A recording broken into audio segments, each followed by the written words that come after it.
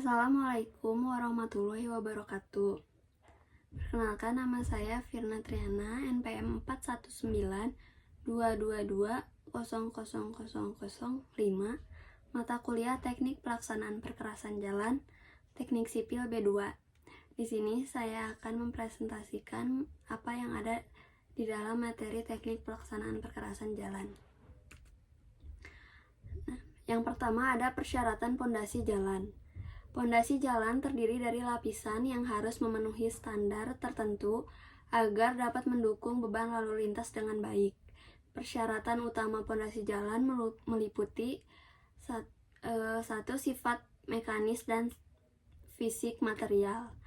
Nah, ada kuat tekan dan kuat geser tinggi untuk menahan beban kendaraan, stabil terhadap perubahan cuaca agar tidak mudah mengalami penyusutan atau pemuaian, daya dukung tanah cukup agar tidak mengalami penurunan yang berlebihan, gradasi butiran yang sesuai agar memiliki kepadatan optimal, dan ketahanan aus. Yang kedua ada jenis lapisan pondasi. Nah, yang pertama ada lapisan pondasi bawah atau subbase course. Ini berfungsi sebagai peralihan antara tanah dasar dan lapisan pondasi atas. Umumnya menggunakan material agregat dengan gradasi tertentu. Yang kedua ada lapisan pondasi atas atau base course, memberikan kekuatan struktural utama bagi perkerasan jalan, bisa menggunakan material agregat kelas A, batu pecah, atau beton kurus. Nah, yang ketiga ada standar material pondasi. Nah, itu agregat harus memenuhi standar SNI 03 1737 1989 dan AAS HTO M147. Nilai California Bearing Ratio minimum 80% untuk lapisan pondasi atas. Kadar air optimum itu harus sesuai untuk mencapai kepadatan maksimum. Nah, uji-uji pada lapis pondasi selama pelaksanaan perkerasan jalan. Nah, sebelum dan selama proses konstruksi, berbagai pengujian dilakukan untuk memastikan kualitas lapisan pondasi. Berikut adalah beberapa uji utama. Yang pertama ada uji gradasi agregat. Nah, menggunakan saringan untuk memastikan distribusi ukuran butiran sesuai standar. Gradasi harus memenuhi spesifikasi agar mencapai kepadatan optimal. Yang kedua ada uji kepadatan atau density test. Uji modifikasi Proctor untuk menentukan kepadatan maksimum dan kadar air optimum. Uji Sencon untuk memastikan kepadatan lapangan sesuai dengan hasil laboratorium. Yang ketiga ada uji CBR atau California Bearing Ratio. Itu dilakukan untuk mengukur daya dukung tanah atau lapisan pondasi. Nilai CBR tinggi menunjukkan pondasi memiliki kekuatan yang baik untuk menahan beban lalu lintas. Yang keempat ada uji kuat tekan bebas. Digunakan pada lapisan pondasi dengan material stabilisasi semen atau kapur, mengukur kemampuan material dalam menahan tekanan sebelum mengalami kegagalan. Yang kelima itu ada uji kadar air dan uji plastisitas tanah. Uji kadar air dengan metode oven untuk memastikan tanah tidak terlalu kering atau basah. Nah, uji batas Atterberg. Nah, untuk mengetahui sifat plastisitas material.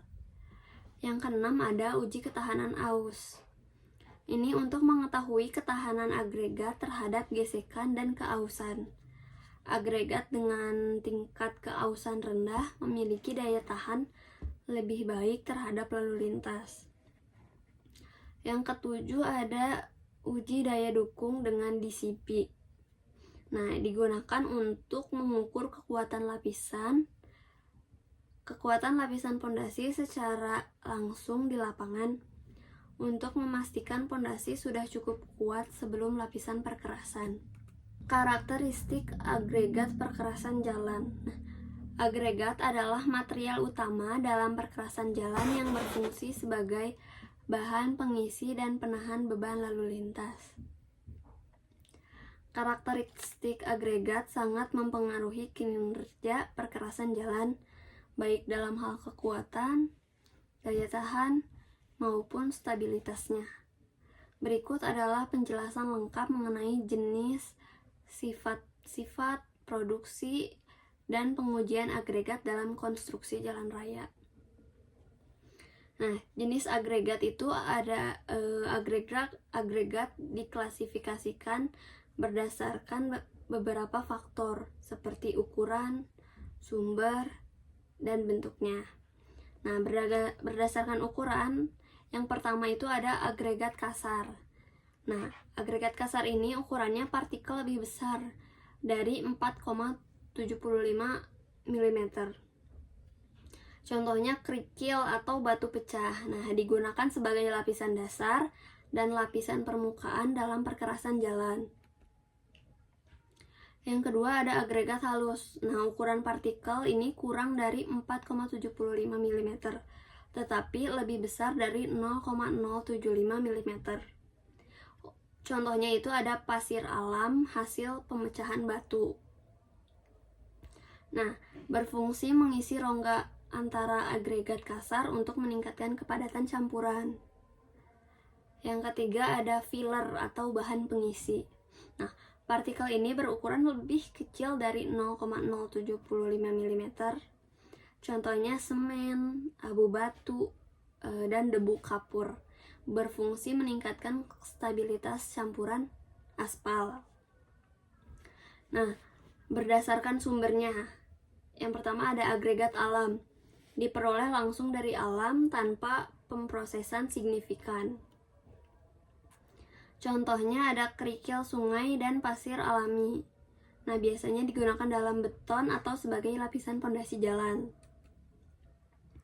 Yang kedua ada agregat buatan. Dihasilkan melalui proses industri atau pemecahan batu. Nah, contohnya itu ada batu pecah atau slag baja dan expanded clay.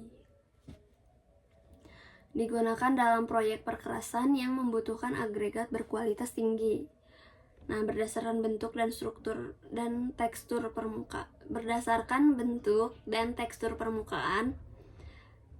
yang pertama ada agregat bulat. Nah, bentuknya tuh bulat dengan permukaannya halus.